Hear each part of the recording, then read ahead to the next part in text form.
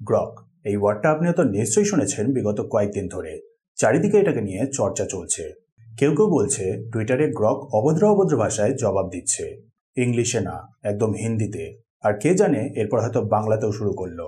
কেউ কেউ আছে আবার যাদের মিলিয়ন্সের উপর সাবস্ক্রাইবার, তারা এই গ্রককে ব্যবহার করে মিস ইনফরমেশন ছড়াচ্ছে। মোদি, ট্রাম্প, এমনকি স্বয়ং ইলন মাস্কের সম্পর্কেও অনেকটা নেগেটিভ ছবি তুলে ধরছে এই গ্রক। এতটা বাড়াবাড়ি হয়ে গেছে যে গভর্নমেন্ট অফ ইন্ডিয়া বাধ্য হয়েছে এই ব্যাপারে ফাইনালি হস্তক্ষেপ করতে। সো কি এই গ্রক, কিভাবে কাজ করে, চলুন জেনে নেওয়া যাক। আসলে আপনি হয়তো জানবেন যে কিছু সময় আগে ইলন মাস্ক টুইটারকে বাই করে নিয়েছিলেন, দিয়ে টুইটারের নামটা চেঞ্জ করে দিয়েছিলেন x.com। ইলন মাস্ক চাইছিলেন টুইটারে সবাইকে সবকিছু নিজের ইচ্ছা মতন যা খুশি বলতে স্বাধীনতা দেওয়া হোক, যেটা তিনি ফাইনালি x.com-এ করেছেন। তার উপর এই x.com-এ আবার ইন্টিগ্রেট করা শুরু করেছেন এআই, মানে আর্টিফিশিয়াল ইন্টেলিজেন্স।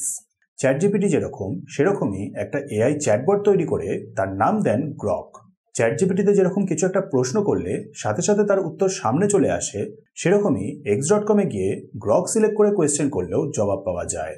কিন্তু সমস্যাটা হলো, যেহেতু এখানে আপাতত সেরকম কোনো রেস্ট্রিকশন নেই অভদ্র ভাষা, পলিটিক্স বা অন্য কোনো সেন্সিটিভ ব্যাপারগুলো নিয়ে, তাই এত কন্ট্রোভার্সি তৈরি হয়ে গেছে। অ্যাকচুয়ালি চ্যাটজিপিটি হোক বা গ্রক, ইনফরমেশন শেয়ার করার জন্য অন্য একটা জায়গা থেকে ইনফরমেশনের ইনপুট হতে লাগে।